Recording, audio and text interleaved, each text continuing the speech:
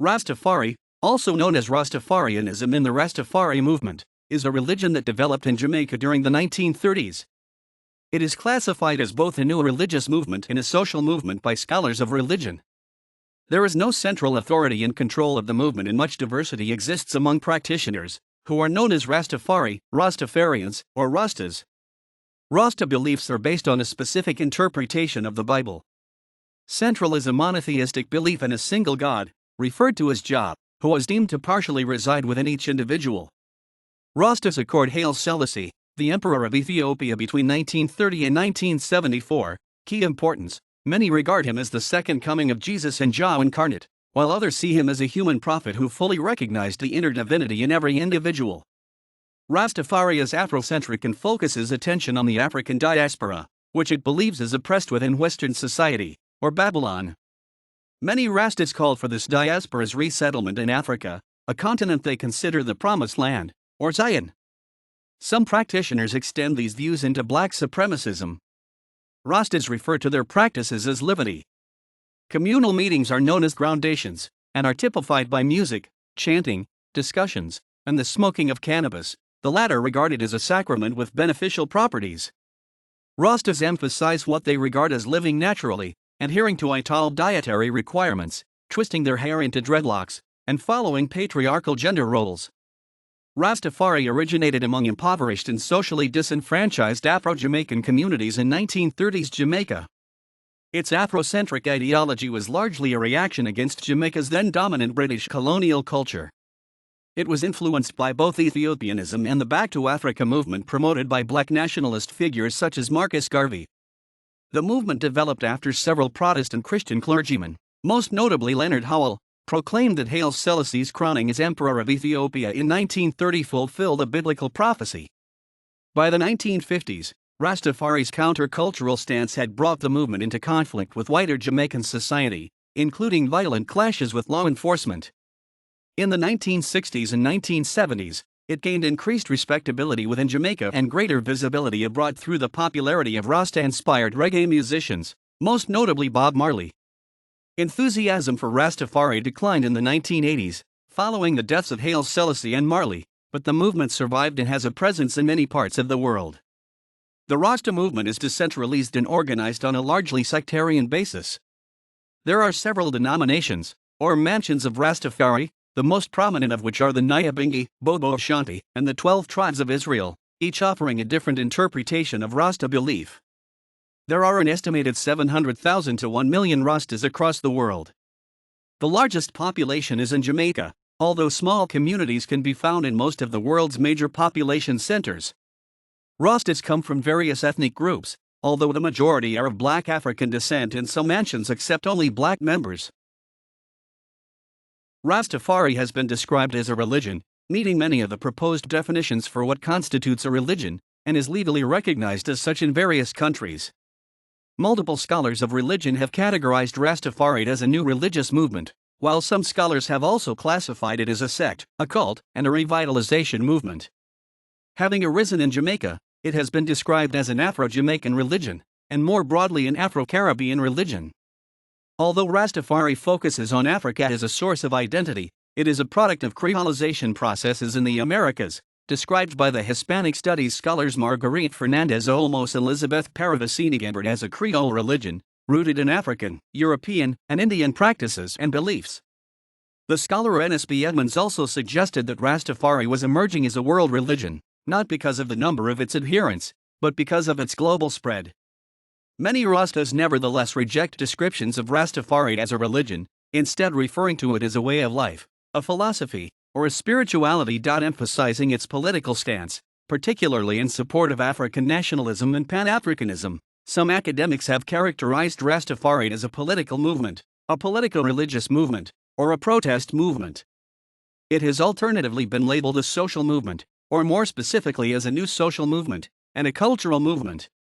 Many Rastas or Rastafarians, as practitioners are known, nevertheless dislike the labeling of Rastafari as a movement. In 1989, a British industrial tribunal concluded that, for the purposes of the Race Relations Act 1976, Rastafarians could be considered an ethnic group because they have a long, shared heritage which distinguished them from other groups, their own cultural traditions, a common language, and a common religion. Rastafari has continuously changed and developed, with significant doctrinal variation existing among practitioners depending on the group to which they belong. It is not a unified movement, and there has never been a single leader followed by all Rastas. It is thus difficult to make broad generalizations about the movement without obscuring the complexities within it. The scholar of religion Darren J. and Middleton suggested that it was appropriate to speak of a plethora of Rasta spiritualities rather than a single phenomenon. The term Rastafari derives from Rastafari Makoen, the pre-regnal title of Haile Selassie, a former Ethiopian emperor who plays a major role in Rasta belief. The term Ras means a duke or prince in the Ethiopian Semitic languages. Tafari Makoen was Selassie's personal name. It is unknown why the early Rastas adopted this form of Haile Selassie's name as the basis of the term for their religion. As well as being the religion's name, Rastafari is also used for the religion's practitioners themselves. Many commentators, including some academic sources and some practitioners, refer to the movement as Rastafarianism. However, the term Rastafarianism is disparaged by many Rastas, who believe that the use of ism implies religious doctrine and institutional organization, things they wish to avoid.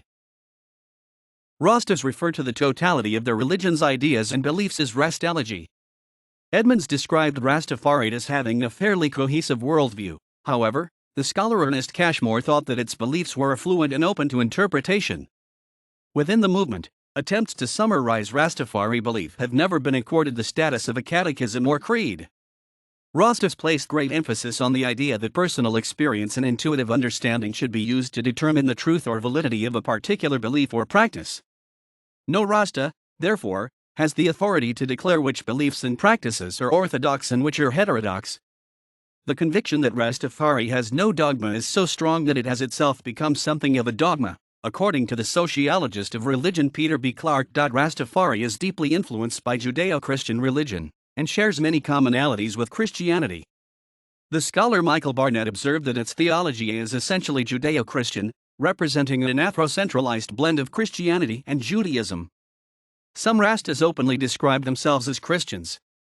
Rastafari accords the Bible a central place in its belief system, regarding it as a holy book, and adopts a literalist interpretation of its contents. According to the anthropologist Stephen D. Glazier, Rasta approaches to the Bible result in the religion adopting an outlook very similar to that of some forms of Protestantism. Rastas regard the Bible as an authentic account of early black African history and of their place as God's favored people. They believe the Bible to be key to understanding both the past and the present and for predicting the future, while also regarding it as a sourcebook from which they can form and justify their beliefs and practices.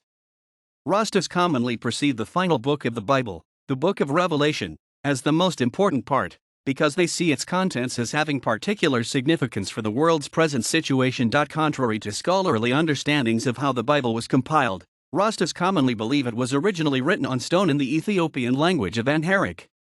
They also believe that the Bible's true meaning has been warped, both through mistranslation into other languages and by deliberate manipulation by those seeking to deny black Africans their history. They also regard it as cryptographic, meaning that it has many hidden meanings. They believe that its true teachings can be revealed through intuition and meditation on the book within, which allows them to commune with God. Because of what they regard as the corruption of the Bible, Rastas also turn to other sources that they believe shed light on black African history. Common texts used for this purpose include Leonard Howell's 1935 work The Promised Key, Robert Athley I. Rogers' 1924 book Holy Pivia, and Fitz Ballantyne Petersburg's 1920s work, The Royal Parchment Scroll of Black Supremacy. Many Rastas also treat the Kabra Nadast, a 14th century Ethiopian text, as a source through which to interpret the Bible. Rastas are monotheists, worshipping a singular God whom they call Jah. The term Jah is a shortened version of Jehovah, the name of God in English translations of the Old Testament. Rastafari holds strongly to the immanence of this divinity, as well as regarding Jah as a deity. Rastas believe that Jah is inherent within each individual.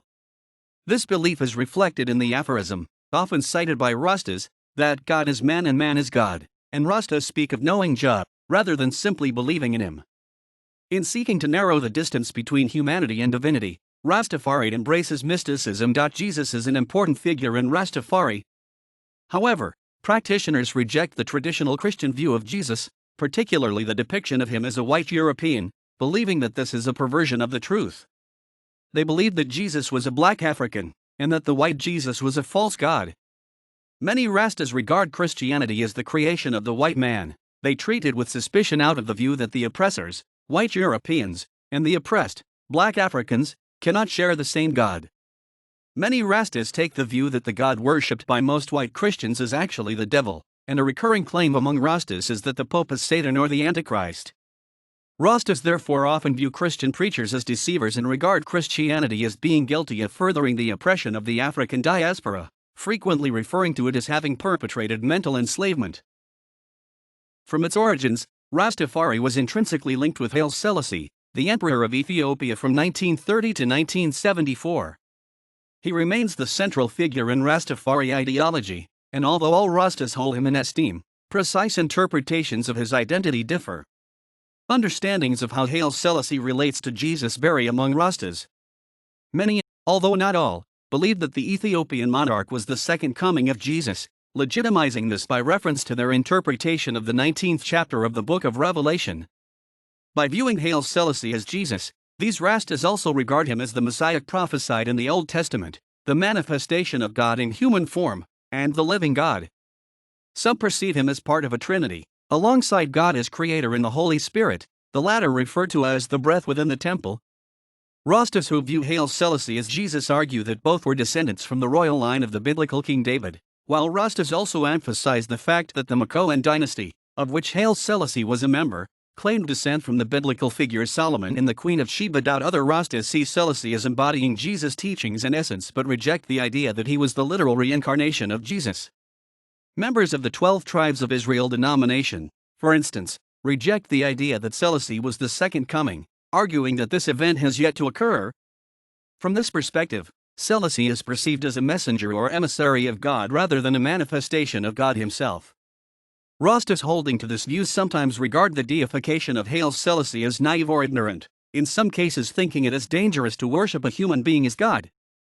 There are various Rastas who went from believing that Haile Selassie was both God incarnate and the second coming of Jesus to seeing him as something distinct. On being crowned, Haile Selassie was given the title of King of Kings and Lord of Lords, conquering Lion of the tribe of Judah. Rastas use this title for Haile Selassie alongside others, such as Almighty God, Judge, and Avenger, King Alpha and Queen Omega, Returned Messiah, Elect of God, and Elect of Himself. Rastas also view Haile Selassie as a symbol of their positive affirmation of Africa as a source of spiritual and cultural heritage. While he was emperor, many Jamaican Rastas professed the belief that Haile Selassie would never die. The 1974 overthrow of Haile Selassie by the military Derg and his subsequent death in 1975 resulted in a crisis of faith for many practitioners.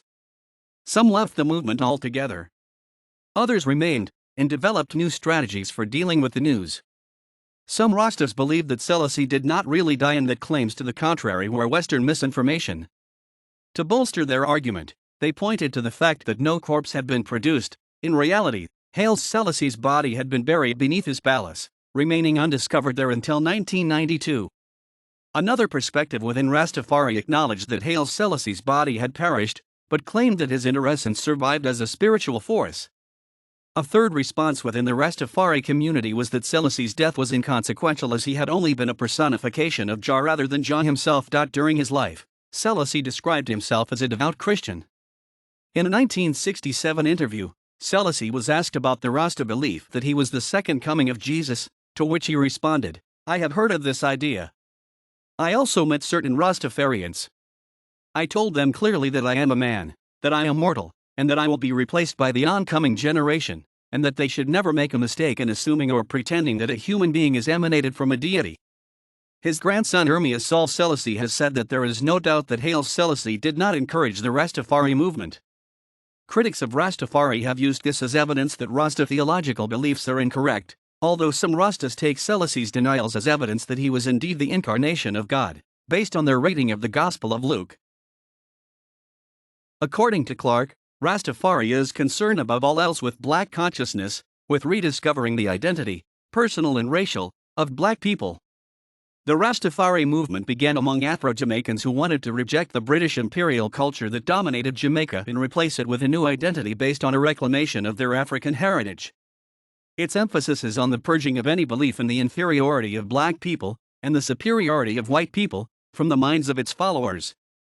Rastafari is therefore Afrocentric, equating blackness with the African continent, and endorsing a form of Pan-Africanism. Practitioners of Rastafari identify themselves with the ancient Israelites, God's chosen people in the Old Testament, and believe that black Africans broadly, or Rastas more specifically, are either the descendants or the reincarnations of this ancient people.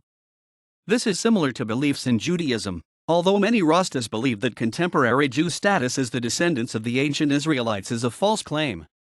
Rastas typically believe that black Africans are God's chosen people, meaning that they made a covenant with him and thus have a special responsibility. Rastafari espouses the view that the true identity of black Africans, has been lost and needs to be reclaimed. There is no uniform Rasta view on race.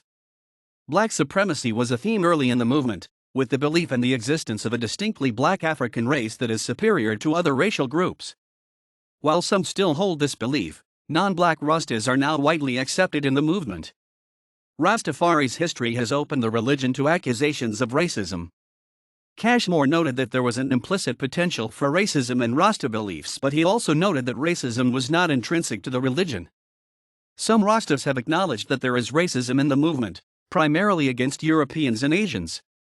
Some Rasta sects reject the notion that a white European can ever be a legitimate Rasta. Other Rasta sects believe that an African identity is not inherently linked to black skin but rather is about whether an individual displays an African attitude or spirit. Rastafari teaches that the black African diaspora are exiles living in Babylon, a term which it applies to Western society. For Rastas, European colonialism and global capitalism are regarded as manifestations of Babylon, while police and soldiers are viewed as its agents. The term Babylon is adopted because of its biblical associations. In the Old Testament, Babylon is the Mesopotamian city where the Israelites were held captive, exiled from their homeland, between 597 and 586 BCE. Rastas compare the exile of the Israelites in Mesopotamia to the exile of the African diaspora outside Africa. In the New Testament, Babylon is used as a euphemism for the Roman Empire, which was regarded as acting in a destructive manner that was akin to the way in which the ancient Babylonians acted. Rastas perceive the exile of the black African diaspora in Babylon as an experience of great suffering, with the term suffering having a significant place in Rasta discourse.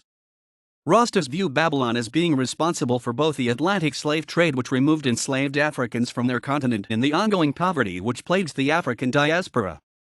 Rastas turn to biblical scripture to explain the Atlantic slave trade, believing that the enslavement, exile, and exploitation of black Africans was punishment for failing to live up to their status as God's chosen people. Many Rastas, adopting a Pan-Africanist ethos, have criticized the division of Africa into nation-states, regarding this as a Babylonian development, and are often hostile to Western resource extraction from the continent. Rastas seek to delegitimize and destroy Babylon, something often conveyed in the Rasta aphorism "Chant down Babylon."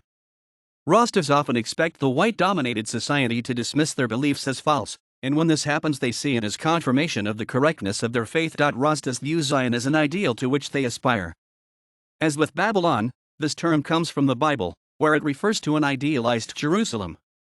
Rastas use Zion either for Ethiopia specifically or for Africa more broadly, the latter having an almost mythological identity in Rasta discourse. Many Rastas use the term Ethiopia as a synonym for Africa. Thus, Rastas in Ghana, for instance, describe themselves as already living within Ethiopia. Other Rastas apply the term Zion to Jamaica, or they use it to describe a state of mind. In portraying Africa as their promised land, Rastas reflect their desire to escape what they perceive as the domination and degradation that they experience in Babylon. During the first 3 decades of the Rastafari movement, it placed strong emphasis on the need for the African diaspora to be repatriated to Africa. To this end, various Rastas lobbied the Jamaican government and United Nations to oversee this resettlement process. Other Rastas organized their own transportation to the African continent. Critics of the movement have argued that the migration of the entire African diaspora to Africa is implausible, particularly as no African country would welcome this. By the movement's 4th decade, the desire for physical repatriation to Africa had declined among Rastas, a change influenced by observation of the 1983 to 1985 famine in Ethiopia. Rather, many Rastas saw the idea of returning to Africa in a metaphorical sense, entailing the restoration of their pride and self-confidence as people of black African descent. The term liberation before repatriation began to be used within the movement. Some Rastas seek to transform Western society so that they may more comfortably live within it rather than seeking to move to Africa. There are nevertheless many Rastas who continue to emphasize the need for physical resettlement of the African diaspora in Africa. Rastafari is a millenarian movement, espousing the idea that the present age will come to an apocalyptic end. Many practitioners believe that on this day of judgment, Babylon will be overthrown, with Rastas being the chosen few who survive the upheaval. With Babylon destroyed, Rastas believe that humanity will be ushered into a new age. This is conceived as being a millennium of peace, justice, and happiness in which the righteous shall live in Africa, now a paradise. In the 1980s, many Rastas believed that the Day of Judgment would happen around the year 2000. A view then common in the Rasta community was that the world's white people would wipe themselves out through nuclear war, with black Africans then ruling the world, something that they argued was prophesied in the book of Daniel. Rastas do not believe that there is a specific afterlife to which individuals go following bodily death. They believe in the possibility of eternal life, and that only those who shun righteousness will actually die. The scholar of religion Leonard E. Barrett observed some Jamaican Rastas who believed that those practitioners who did die had not been faithful to Jah. He suggested that this attitude stemmed from the large numbers of young people that were then members of the movement, and who had now seen only few Rastas die. Another Rasta view is that those who are righteous will undergo reincarnation, with an individual's identity remaining throughout each of their incarnations. In keeping with their views on death, Rastas eschew celebrating physical death and often avoid funerals, also repudiating the practice of ancestor veneration that is common among traditional African religions.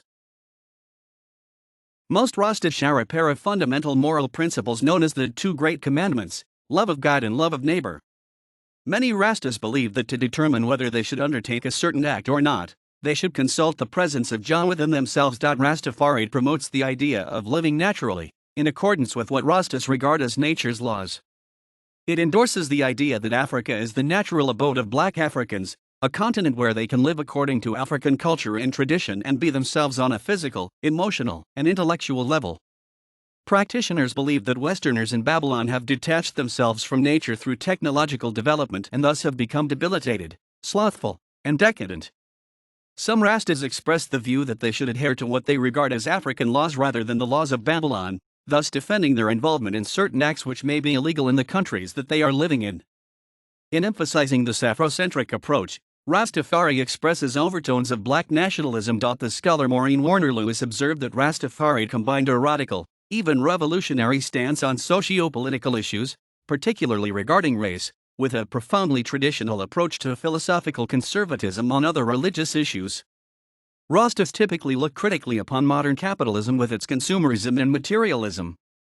They favor small-scale, pre-industrial, and agricultural societies.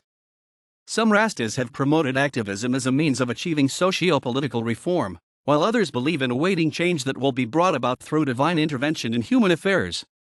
In Jamaica, Rastas typically do not vote, derogatorily dismissing politics as politricks, and rarely involve themselves in political parties or unions. The Rasta tendency to believe that socio-political change is inevitable opens the religion up to the criticism from the political left that it encourages adherents to do little or nothing to alter the status quo. Other Rastas do engage in political activism. The Ghanaian Rasta singer-songwriter Rocky Nawuni, for instance, was involved in campaigns promoting democratic elections, while in Grenada, many Rastas joined the People's Revolutionary Government formed in 1979. Rastafari promotes what it regards as the restoration of black manhood, believing that men in the African diaspora have been emasculated by Babylon. It espouses patriarchal principles, including the idea that women should submit to male leadership. External observers, including scholars such as Cashmore and Edmonds, have claimed that Rastafari accords women an inferior position to men. Rastafari women usually accept this subordinate position and regard it as their duty to obey their men. The academic Maureen Rowe suggested that women were willing to join the religion despite its restrictions because they valued the life of structure and discipline it provided. Rasta discourse often presents women as morally weak and susceptible to deception by evil, and claims that they are impure while menstruating. Rastas legitimize these gender roles by citing biblical passages, particularly those in the book of Leviticus and in the writings of Paul the Apostle. Rasta women usually wear clothing that covers their head and hides their body contours. Trousers are usually avoided, in favor of long skirts. Women are expected to cover their head while praying, and in some Rasta groups this is expected of them whenever in public. Rasta discourse insists this female dress code is necessary to prevent women attracting men and presents it as an antidote to the sexual objectification of women in Babylon. Rasta men are permitted to wear whatever they choose. Although men and women took part alongside each other in early Rasta rituals, from the late 1940s and 1950s the Rasta community increasingly encouraged gender segregation for ceremonies. This was legitimized with the explanation that women were impure through menstruation and that their presence at the ceremonies would distract male participants. As it existed in Jamaica, Rastafari did not promote monogamy. Rasta men are permitted multiple female sex partners, while women are expected to reserve their sexual activity for one male partner. Marriage is not usually formalized through legal ceremonies but is a common law affair, although many Rastas are legally married. Rasta men refer to their female partners as queens or empresses, while the males in these relationships are known as king men. Rastafari places great importance on family life and the raising of children, with reproduction being encouraged. The religion emphasizes the place of men in child rearing, associating this with the recovery of African manhood. Women often work, sometimes while the man raises the children at home. Rastafari typically rejects feminism, although since the 1970s growing numbers of Rasta women have called for greater gender equity in the movement. The scholar Teresa E. Turner, for instance, encountered Kenyan feminists who were appropriating Rastafari content to suit their political agenda. Some Rasta women have challenged gender norms by wearing their hair uncovered in public and donning trousers. Rastafari regards procreation as the purpose of sex, and thus oral and anal sex are usually forbidden. Both contraception and abortion are usually censured, and a common claim in Rasta discourse is that these were inventions of Babylon to decrease the black African birth rate. Rastas typically express hostile attitudes to homosexuality, regarding homosexuals as evil and unnatural. This attitude derives from references to same-sex sexual activity in the Bible. Homosexual Rastas probably conceal their sexual orientation because of these attitudes. Rastas typically see the growing acceptance of birth control and homosexuality in Western society as evidence of the degeneration of Babylon as it approaches its apocalyptic end. Rastas refer to their cultural and religious practices as liberty. Rastafari does not place emphasis on hierarchical structures. It has no professional priesthood, with Rastas believing that there is no need for a priest to act as mediator between the worshipper and divinity. It nevertheless has elders, an honorific title bestowed upon those with a good reputation among the community. Although respected figures, they do not necessarily have administrative functions or responsibilities. When they do oversee ritual meetings, they are often responsible for helping to interpret current events in terms of biblical scripture. Elders often communicate with each other through a network to plan movement events and form strategies. The term grounding is used among Rastas to refer to the establishment of relationships between like-minded practitioners. Groundings often take place in a commune or yard, and are presided over by an elder. The elder is charged with keeping discipline and can ban individuals from attending. The number of participants can range from a handful to several hundred. Activities that take place at groundings include the playing of drums, chanting, the singing of hymns, and the recitation of poetry. Cannabis, known as ganja, is often smoked. Most groundings contain only men, although some Rasta women have established their own all-female grounding circles. One of the central activities at groundings is reasoning. This is a discussion among assembled Rastas about the religion's principles and their relevance to current events. These discussions are supposed to be non-combative, although attendees can point out the fallacies in any arguments presented. Those assembled inform each other about the revelations that they have received through meditation and dream. Each contributor is supposed to push the boundaries of understanding until the entire group has gained greater insight into the topic under discussion. In meeting together with like-minded individuals, reasoning helps Rastas to reassure one another of the correctness of their beliefs. Rastafari meetings are open and closed with prayers. These involve supplication of God, the supplication for the hungry, sick, and infants, and calls for the destruction of the Rasta's enemies, and then close with statements of adoration. The largest groundings were known as groundations or grunations in the 1950s, although they were subsequently retermed Nyabingi assemblies. The term Nyabingi is adopted from the name of a mythical African queen. Nyabingi assemblies are often held on dates associated with Ethiopia and Haile Selassie.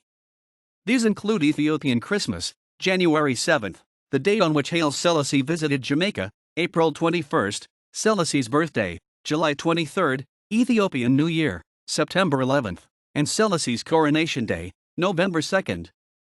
Some Rastas also organize Nyabingi assemblies to mark Jamaica's Emancipation Day, August 1st, and Marcus Garvey's birthday, August 17th. Nyabingi assemblies typically take place in rural areas, being situated in the open air or in temporary structures, known as temples or tabernacles, specifically constructed for the purpose.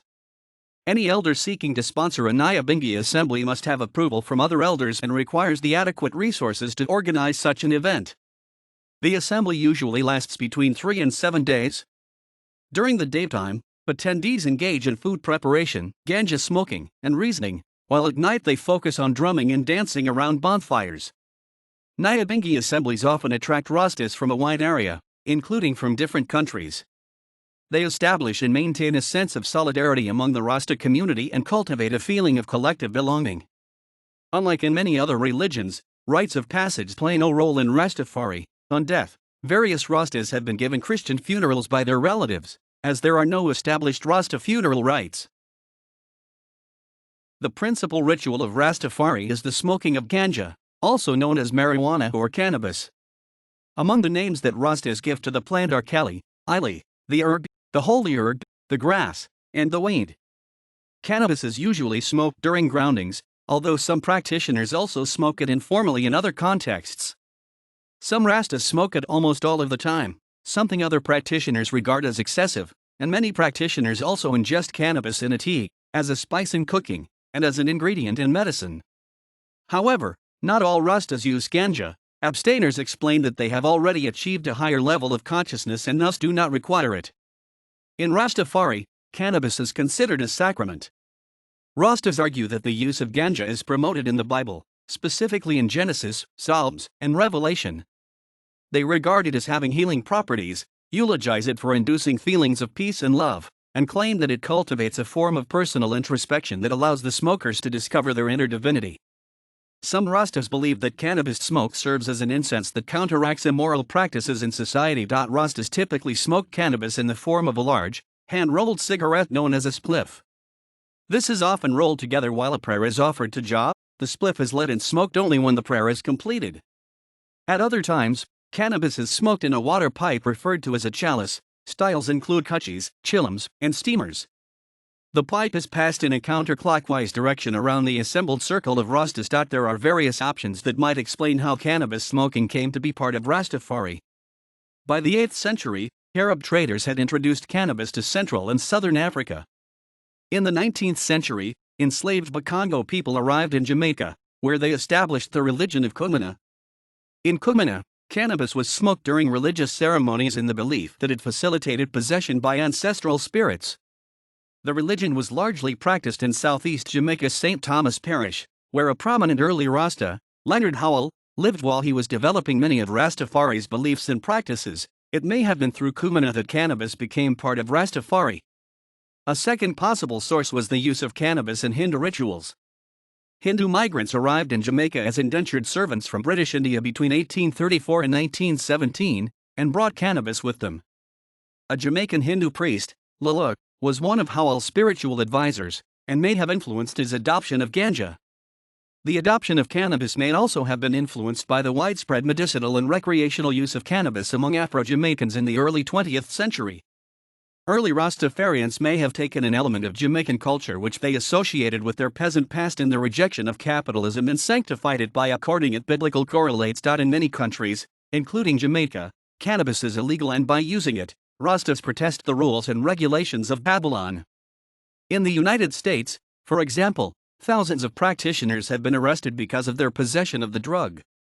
Rastas have also advocated for the legalization of cannabis in those jurisdictions where it is illegal. In 2015, Jamaica decriminalized personal possession of marijuana up to 2 ounces and legalized it for medicinal and scientific purposes. In 2019, Barbados legalized Rastafarian use of cannabis within religious settings and pledged 60 acres, 24 ha, of land for Rastafarians to grow it. Rastafari music developed at reasoning sessions, where drumming, chanting, and dancing are all present. Rasta music is performed to praise and commune with Jah, and to reaffirm the rejection of Babylon. Rastas believe that their music has healing properties, with the ability to cure colds, fevers, and headaches. Many of these songs are sung to the tune of older Christian hymns, but others are original Rasta creations. The baseline of Rasta music is provided by the akit, a 3-drum set, which is accompanied by percussion instruments like rattles and tambourines. A syncopated rhythm is then provided by the funda drum. In addition, papita drum improvises over the rhythm. The different components of the music are regarded as displaying different symbolism. The bass line symbolizes blows against Babylon, while the lighter beats denote hope for the future. As Rastafari developed, popular music became its chief communicative medium. During the 1960s, ska was a popular musical style in Jamaica, and although its protests against social and political conditions were mild, it gave early expression to Rasta's socio-political ideology. Particularly prominent in the connection between Rastafari and ska were the musicians Count Ossie and Don Drummond. Ossie was a drummer who believed that black people needed to develop their own style of music. He was heavily influenced by Burwa, an Afro-Jamaican drumming style. Ossie subsequently popularized this new Rastafari ritual music by playing at various groundings and groundations around Jamaica, with songs like Another Moses and Babylon Gone reflecting Rasta influence. Rasta themes also appeared in Drummond's work, with songs such as Reincarnation and Tribute to Marcus Garvey. 1968 saw the development of reggae in Jamaica, a musical style typified by slower, heavier rhythms than ska and the increased use of Jamaican patois. Like calypso, reggae was a medium for social commentary, although it demonstrated a wider use of radical political and Rasta themes than were previously present in Jamaican popular music. Reggae artists incorporated Rasta ritual rhythms, and also adopted Rasta chants, language, motifs, and social critiques. Songs like The Wailers' African Herbsman and Peter Tash's Legalize It referenced cannabis use, while tracks like the Melodians' Rivers of Babylon and Junior Biles' Beat Down Babylon referenced Rasta beliefs in Babylon. Reggae gained widespread international popularity during the mid-1970s, coming to be viewed by black people in many different countries as music of the oppressed. Many Rastas grew critical of reggae, believing that it had commercialized their religion. Although reggae contains much Rastafari symbolism, and the two are widely associated, the connection is often exaggerated by non-Rastas. Most Rastas do not listen to reggae music, and reggae has also been utilized by other religious groups, such as Protestant evangelicals. Out of reggae came dub music. Dub artists often employ Rastafari terminology, even when not Rastas themselves. Rastas typically regard words as having an intrinsic power, seeking to avoid language that contributes to servility, self-degradation, and the objectification of the person. Practitioners therefore often use their own form of language, known commonly as dread talk, Iharic, and Rasta talk. Developed in Jamaica during the 1940s, this use of language fosters group identity and cultivates particular values. Adherents believe that by formulating their own language they are launching an ideological attack on the integrity of the English language, which they view as a tool of Babylon. The use of this language helps Rastas distinguish and separate themselves from non-Rastas, for whom, according to Barrett, Rasta rhetoric can be meaningless babbling. However, Rasta terms have also filtered into wider Jamaican speech patterns. Rastas make wide use of the pronoun I. This denotes the Rasta view that the self is divine, and reminds each Rasta that they are not a slave and have value, worth, and dignity as a human being.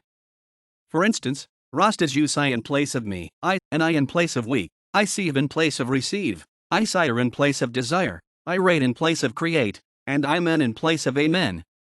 Rastas refer to this process as Ini consciousness or isciousness. Rastas typically refer to Haile Selassie as Haile Selassie I, thus indicating their belief in his divinity. Rastas also typically believe that the phonetics of a word should be linked to its meaning. For instance, Rastas often use the word downpression in place of oppression because oppression bears down on people rather than lifting them up, without being phonetically akin to op-dash. Similarly, they often favor livicate over dedicate because dead-dash is phonetically akin to the word dead.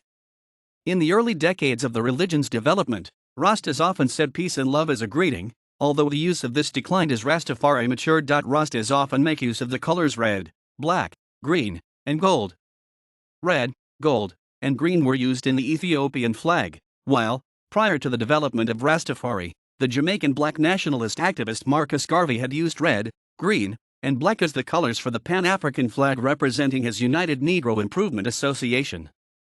According to Garvey, The red symbolized the blood of martyrs, the black symbolized the skin of Africans, and the green represented the vegetation of the land, an interpretation endorsed by some Rastas.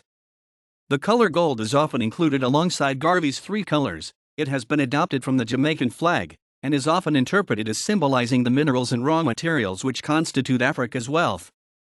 Rastas often paint these colors onto their buildings, vehicles, kiosks, and other items, or display them on their clothing, helping to distinguish Rastas from non-Rastas and allowing adherents to recognize their co-religionists. As well as being used by Rastas, the color set has also been adopted by Pan-Africanists more broadly, who use it to display their identification with Afrocentricity. For this reason, it was adopted on the flags of many post-independence African states. Rastas often accompany the use of these 3 or 4 colors with the image of the Lion of Judah, also adopted from the Ethiopian flag and symbolizing Haile Selassie.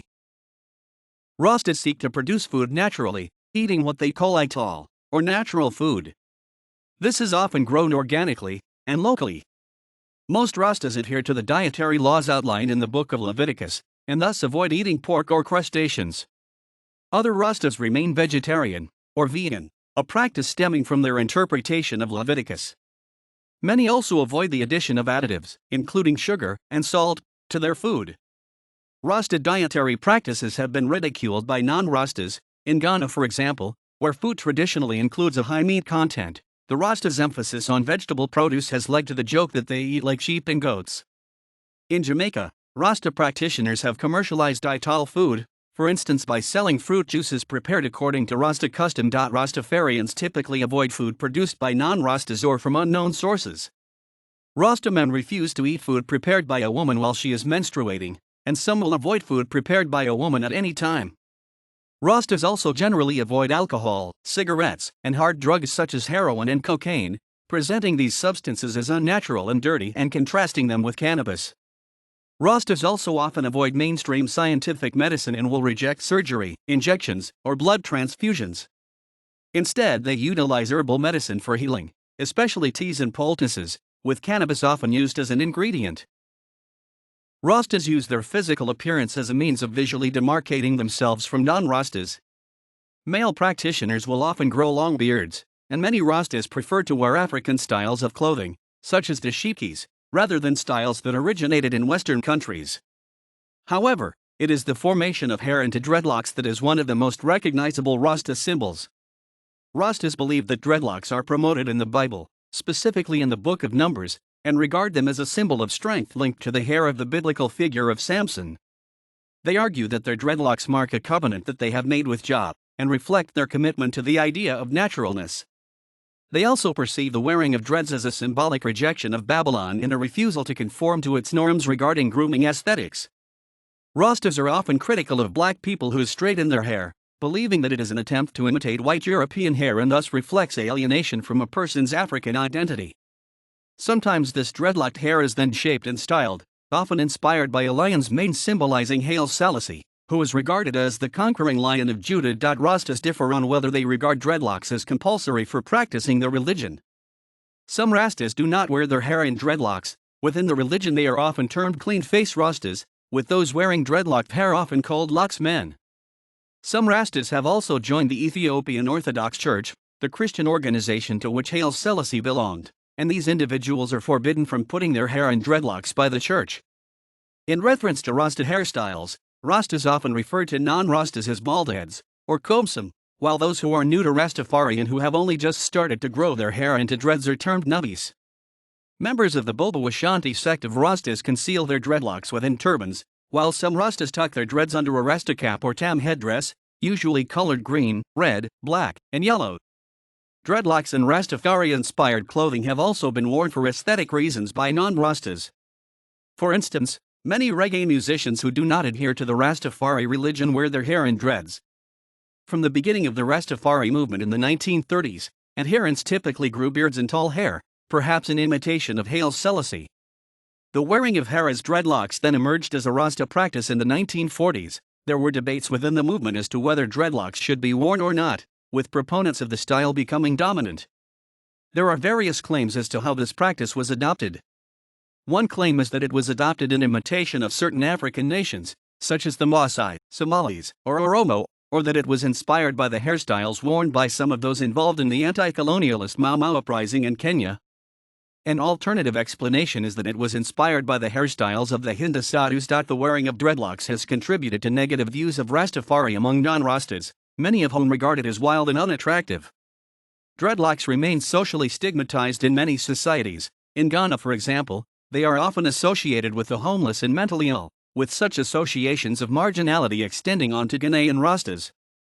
In Jamaica during the mid-20th century, teachers and police officers used to forcibly cut off the dreads of Rastas. In various countries, Rastas have since won legal battles ensuring their right to wear dreadlocks. In 2020, for instance, the High Court of Malawi ruled that all public schools must allow their students to wear dreadlocks. Rastafari developed out of the legacy of the Atlantic slave trade, in which over 10 million Africans were enslaved and transported to the Americas between the 16th and 19th centuries. Under 700,000 of these slaves were settled in the British colony of Jamaica. The British government abolished slavery in the Caribbean island in 1834, although racial prejudice remained prevalent across Jamaican society.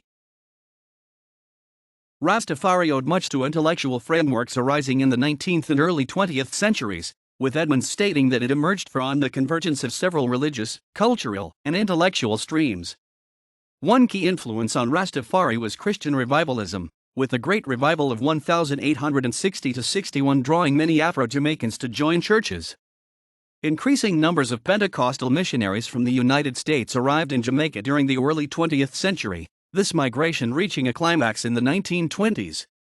Further contributing significantly to Rastafari's development were Ethiopianism and the Back to Africa ethos, both traditions with 18th-century roots. In the 19th century, there were growing calls for the African diaspora located in Western Europe and the Americas to be resettled in Africa. In that century, many members of the African diaspora moved to colonies founded in Sierra Leone and Liberia. Based in Liberia, the black Christian preacher Edward Wilmot Blyden began promoting African pride and the preservation of African tradition, customs, and institutions. Blyden sought to promote a form of Christianity that was suited to the African context and believed that black people had to acquire their own historical knowledge about themselves. The idea of the African diaspora's return to Africa was later given impetus by the creation of the State of Israel in 1948 as a nation-state for the Jewish diaspora to return to. Also spreading throughout Africa was Ethiopianism, a movement that accorded special status to the East African nation of Ethiopia because it was mentioned in various biblical passages. For adherents of Ethiopianism, Ethiopia was regarded as a synonym of Africa as a whole. Across the continent, although particularly in South Africa, Christian churches were established that referred to themselves as Ethiopian. These groups were at the forefront of the burgeoning African nationalist movement that sought liberation from European colonial rule. Of significant influence on Rastafari was the Jamaican-born activist Marcus Garvey, who spent much of his adult life in the US and Britain. Garvey supported the idea of global racial separatism and rejected the idea that black people of African descent living in the Americas should campaign for their civil rights. Instead, he believed that they should migrate en masse back to Africa. His ideas were opposed by many blacks in the Americas, and he experienced hostility from African American civil rights activists like W.E.B. Du Bois. He also faced opposition from the Liberian government, which did not want millions of unskilled migrants arriving on its shores. As a mass movement, Garveyism declined in the Great Depression of the 1930s. A rumor later spread that in 1916, Garvey had called on his supporters to look to Africa for the crowning of a black king. This quote was never verified. However, in August 1930, a play that Garvey had written, Coronation of an African King, was performed in Kingston's Edelweiss Park. Its plot revolved around the crowning of the fictional Prince Cudjo of Sudan, although it anticipated the crowning of Haile Selassie later that year. Garvey would become critical of Haile Selassie for leaving Ethiopia during the Italian occupation, describing the king as a great coward who rules a country where black men are chained and flogged. Rastafari does not promote all of the views that Garvey espoused, but nevertheless shares many of the same perspectives. Rastas hold Garvey in great esteem, with many regarding him as a prophet. According to Simahoro, Rastafari emerged from the socio-political ferment inaugurated by Marcus Garvey, while for Cashmore, Garvey was the most important precursor of Rastafari. Garvey knew of the Rastas, but his view of them, according to the scholar Barry Chavons, bordered on scorn. According to Chavons, Garvey would have regarded the Rastas' belief in the divinity of Haile Selassie as blasphemy, Haile Selassie was crowned Emperor of Ethiopia in 1930. A number of Jamaica's Christian clergymen claimed that Selassie's coronation was evidence that he was the Black Messiah that they believed was prophesied in the Book of Revelation, the Book of Daniel, and Psalms. Over the following years, several street preachers, most notably Leonard Howell, Archibald Dunkley, Robert Hines, and Joseph Hibbert, began promoting the doctrine that Haile Selassie was the returned Jesus. They first did so in Kingston, and soon the message spread throughout 1930s Jamaica, especially among poor communities who were hit particularly hard by the Great Depression. Clark stated that, to all intents and purposes, this was the beginning of the Rastafari movement. Howell has been described as the leading figure in the early Rastafari movement. He preached that black Africans were superior to white Europeans and that Afro-Jamaicans should owe their allegiance to Haile Selassie rather than to George V, King of Great Britain and Ireland. The island's British authorities arrested him and charged him with sedition in 1934, resulting in his 2-year imprisonment. Following his release, Howell established the Ethiopian Salvation Society and in 1939 established a Rasta community known as Pinnacle, in St. Catherine Parish. Attracting between 500 and 2,000 people, his community became largely self-sufficient. Police feared that Howell was training his followers for an armed rebellion and were angered that it was producing cannabis for sale. They raided the community on several occasions and Howell was imprisoned for a further 2 years. Upon his release he returned to Pinnacle, but the police continued with their raids and shut down the community in 1954. Howell himself was committed to a mental hospital. In 1936, Italy invaded and occupied Ethiopia, and Haile Selassie went into exile. The invasion brought international condemnation and led to growing sympathy for the Ethiopian cause. In 1937, Selassie created the Ethiopian World Federation, which established a branch in Jamaica later that decade. In 1941, the British drove the Italians out of Ethiopia and Selassie returned to reclaim his throne. Many Rastas interpreted this as the fulfillment of a prophecy made in the Book of Revelation. Rastafari's main appeal was among the lower classes of Jamaican society. For its first 30 years, Rastafari was in a conflictual relationship with the Jamaican authorities. Jamaica's Rastas expressed contempt for many aspects of the island's society, viewing the government, police, bureaucracy, professional classes, and established churches as instruments of Babylon. Relations between practitioners and the police were strained, with Rastas often being arrested for cannabis possession. During the 1950s, the movement grew rapidly in Jamaica itself and also spread to other Caribbean islands, the United States, and the United Kingdom. In the 1940s and 1950s, a more militant brand of Rastafari emerged. The vanguard of this was the House of Youth Black Faith, a group whose members were largely based in West Kingston. Backlash against the Rastas grew after a practitioner of the religion allegedly killed a woman in 1957. In March 1958, the first Rastafarian Universal Convention was held in the settlement of Bacco Wall, Kingston. Following the event, militant Rastas unsuccessfully tried to capture the city in the name of Haile Selassie. Later that year they tried again in Spanish Town. The increasing militancy of some Rastas resulted in growing alarm about the religion in Jamaica. According to Cashmore, the Rastas became folk devils in Jamaican society. In 1959, the self-declared prophet and founder of the African Reformed Church, Claudius Henry, sold thousands of tickets to Afro-Jamaicans, including many Rastas, for passage on a ship that he claimed would take them to Africa. The ship never arrived and Henry was charged with fraud. In 1960 he was sentenced to 6 years imprisonment for conspiring to overthrow the government. Henry's son was accused of being part of a paramilitary cell and executed, confirming public fears about Rasta violence. One of the most prominent clashes between Rastas and law enforcement was the Coral Gardens incident of 1963, in which an initial skirmish between police and Rastas resulted in several deaths and led to a larger roundup of practitioners. Clamping down on the Rasta movement, in 1964 the island's government implemented tougher laws surrounding cannabis use. At the invitation of Jamaica's government, Haile Selassie visited the island for the first time on April 21, 1966, with thousands of Rastas assembled in the crowd waiting to meet him at the airport. The event was the high point of their discipleship for many of the religion's members. Over the course of the 1960s, Jamaica's Rasta community underwent a process of routinization, with the late 1960s witnessing the launch of the first official Rastafarian newspaper, the Rastafarian Movement Association's Rasta Voice. The decade also saw Rastafari develop in increasingly complex ways, as it did when some Rastas began to reinterpret the idea that salvation required a physical return to Africa, instead interpreting salvation as coming through a process of mental decolonization that embraced African approaches to life. Whereas its membership had previously derived predominantly from purer sectors of society, in the 1960s Rastafari began attracting support from more privileged groups like students and professional musicians. The foremost group emphasizing this approach was the 12 Tribes of Israel, whose members came to be known as Uptown Rastas. Among those attracted to Rastafari in this decade were middle-class intellectuals like Leacham Samaj, who called for the religious community to place greater emphasis on scholarly social theory as a method of achieving change. Although some Jamaican Rastas were critical of him, many came under the influence of the Guyanese black nationalist academic Walter Rodney, who lectured to their community in 1968 before publishing his thoughts as the pamphlet Groundings.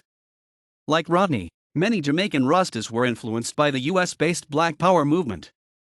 After Black Power declined following the deaths of prominent exponents such as Malcolm X, Michael X, and George Jackson, Rastafari filled the vacuum it left for many black youth. In the mid-1970s, reggae's international popularity exploded.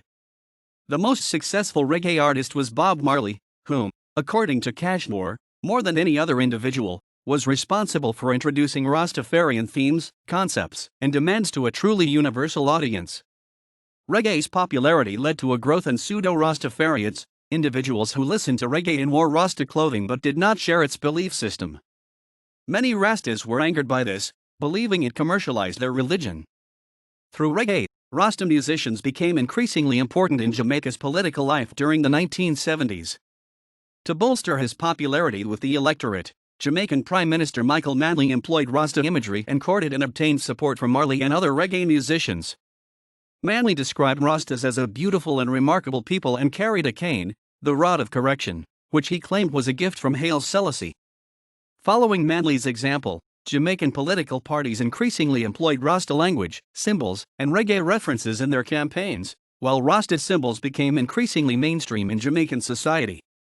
This helped to confer greater legitimacy on Rastafari, with reggae and Rasta imagery being increasingly presented as a core part of Jamaica's cultural heritage for the growing tourist industry. In the 1980s, a Rasta, Barbara Makeda Blake Hanna, became a senator in the Jamaican parliament. Enthusiasm for Rastafari was likely dampened by the death of Haile Selassie in 1975 and that of Marley in 1981.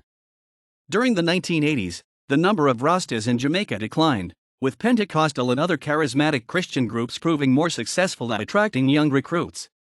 Several publicly prominent Rastas converted to Christianity, and two of those who did so, Judy Mowatt and Tommy Cowan, maintained that Marley had converted from Rastafari to Christianity, in the form of the Ethiopian Orthodox Church, during his final days.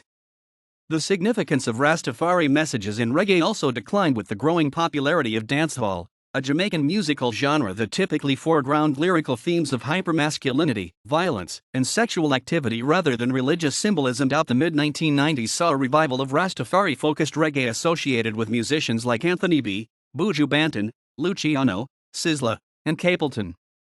From the 1990s, Jamaica also witnessed the growth of organized political activity within the Rasta community, seen for instance through campaigns for the legalization of cannabis and the creation of political parties like the Jamaican Alliance Movement and the Imperial Ethiopian World Federation Incorporated political party, none of which attained more than minimal electoral support.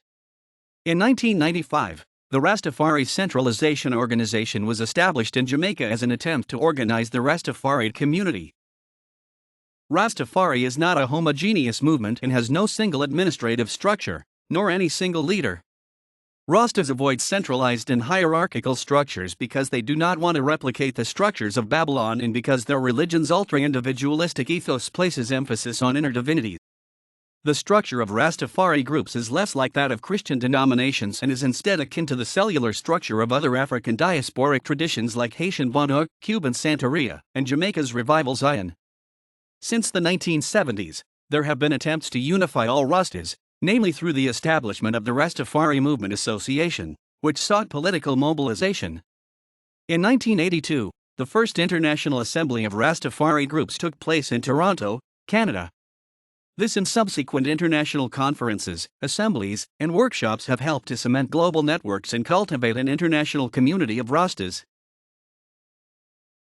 Subdivisions of Rastafari are often referred to as houses or mansions, in keeping with the passage from the Gospel of John 14:2 as translated in the King James Bible. Jesus states, "In my Father's house are many mansions."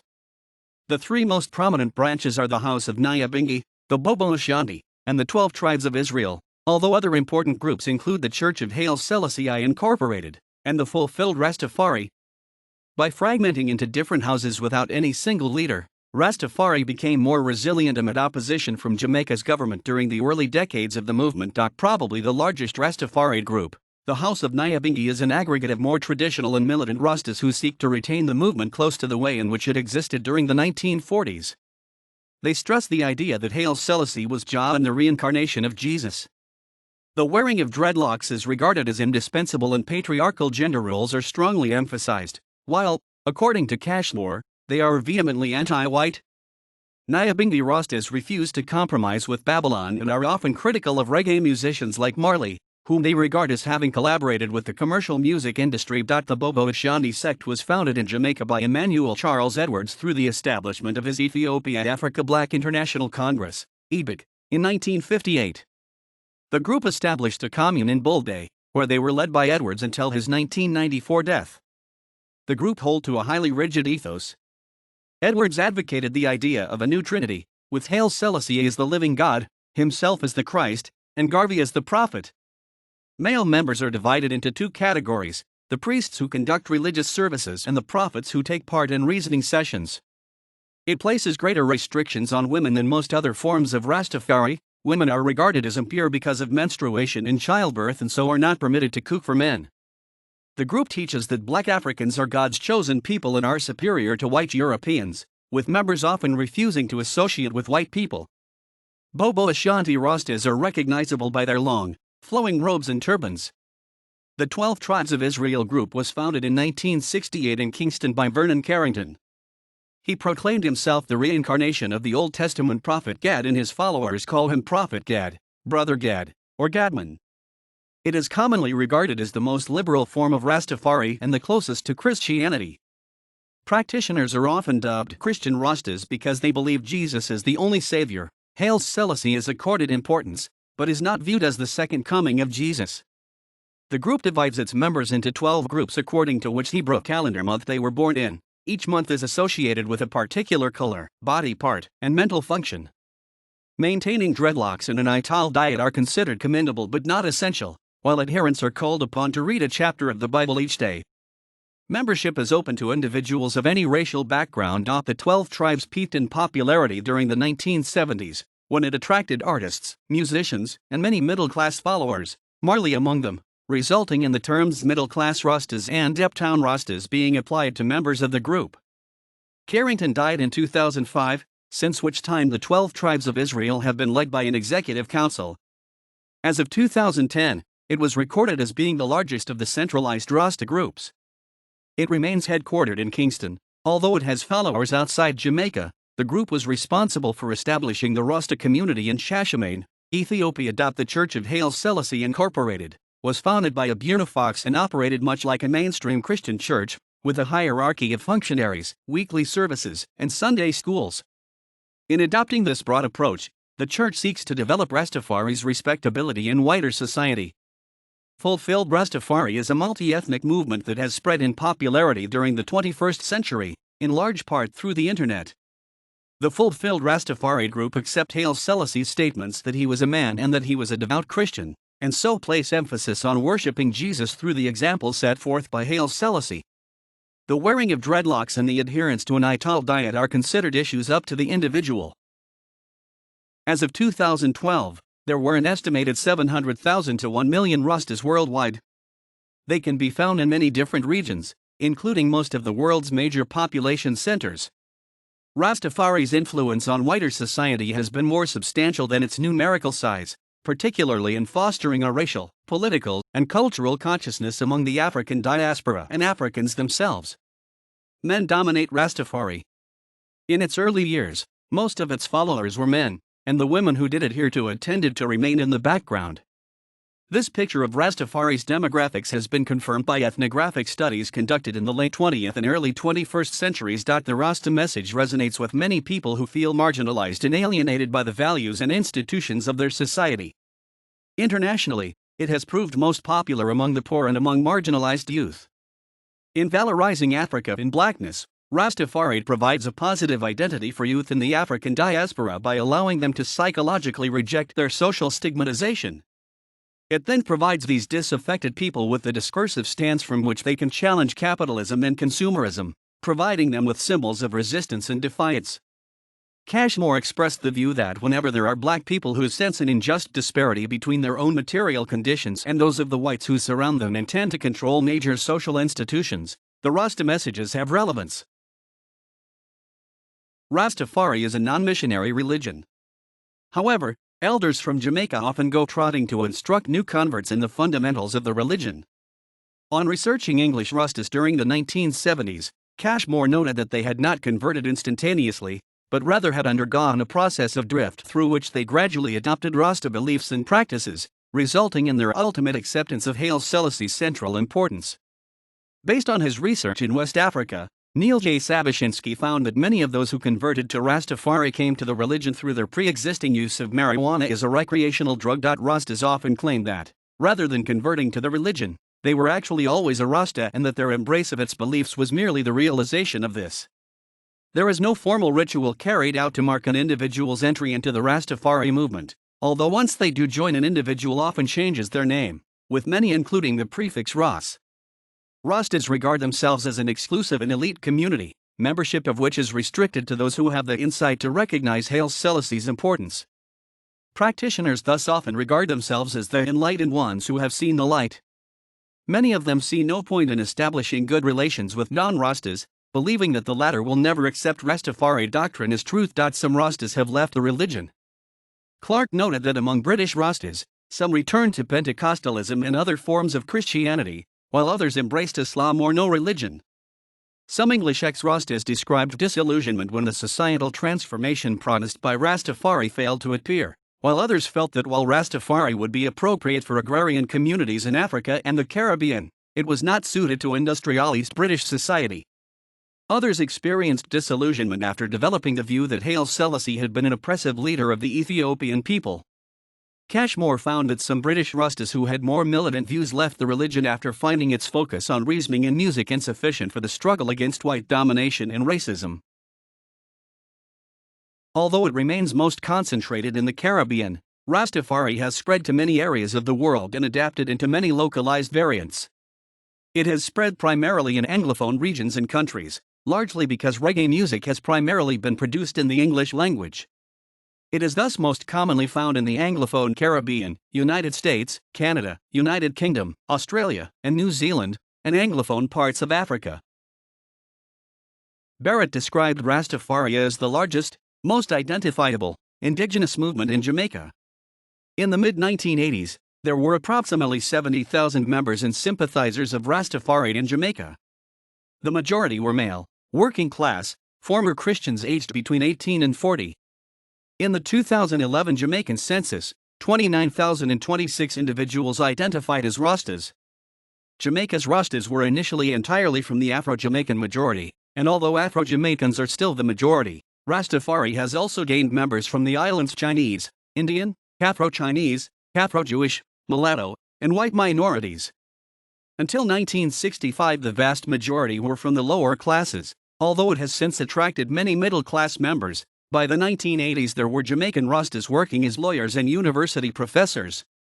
Jamaica is often valorized by Rastas as the fountainhead of their faith, and many Rastas living elsewhere travel to the island on pilgrimage. Both through travel between the islands and through reggae's popularity, Rastafari spread across the Eastern Caribbean during the 1970s.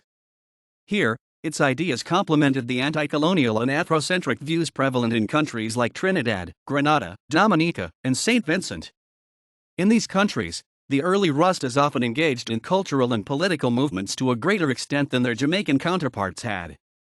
Various Rastas were involved in Grenada's 1979 New Jewel movement and were given positions in the Grenadine government until it was overthrown and replaced following the U.S. invasion of 1983.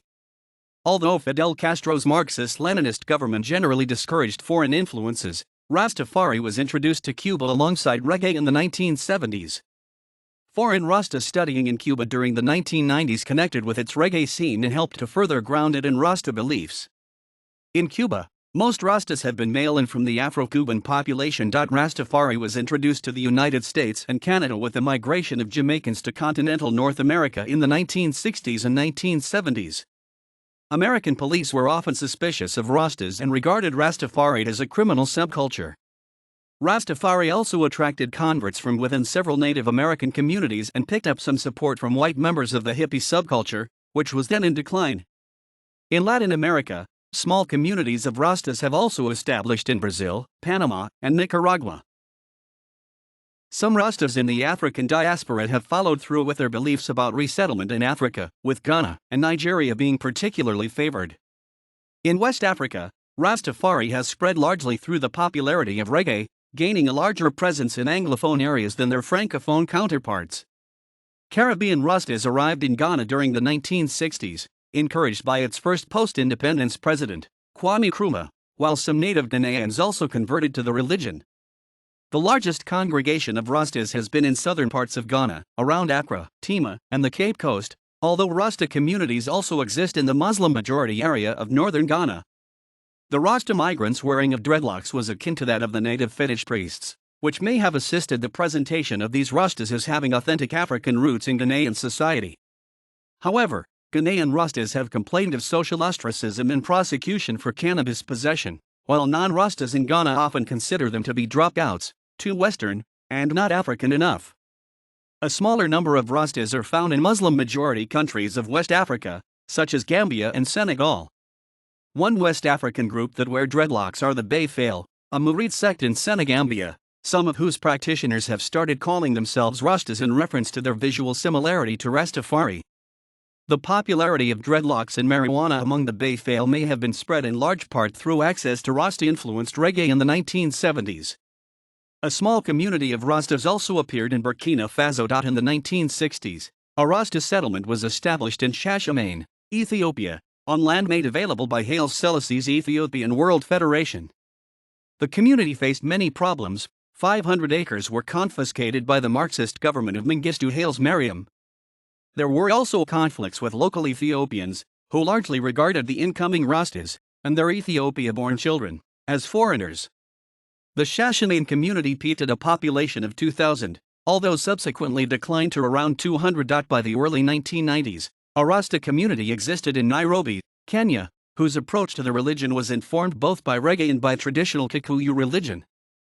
Rastafari groups have also appeared in Zimbabwe and in South Africa. In 2008, there were at least 12,000 Rastas in the country. At an African Union/Caribbean Diaspora Conference in South Africa in 2005, a statement was released characterizing Rastafari as a force for integration of Africa and the African diaspora. During the 1950s and 1960s, Rastas were among the thousands of Caribbean migrants who settled in the United Kingdom, leading to small groups appearing in areas of London such as Brixton and Notting Hill in the 1950s. By the late 1960s, Rastafari had attracted converts from the second generation of British Caribbean people, spreading beyond London to cities like Birmingham, Leicester, Liverpool, Manchester, and Bristol. Its spread was aided by the gang structures that had been cultivated among black British youth by the rude boy subculture, and gained increasing attention in the 1970s through reggae's popularity. According to the 2001 United Kingdom census, there are about 5,000 Rastafari living in England and Wales.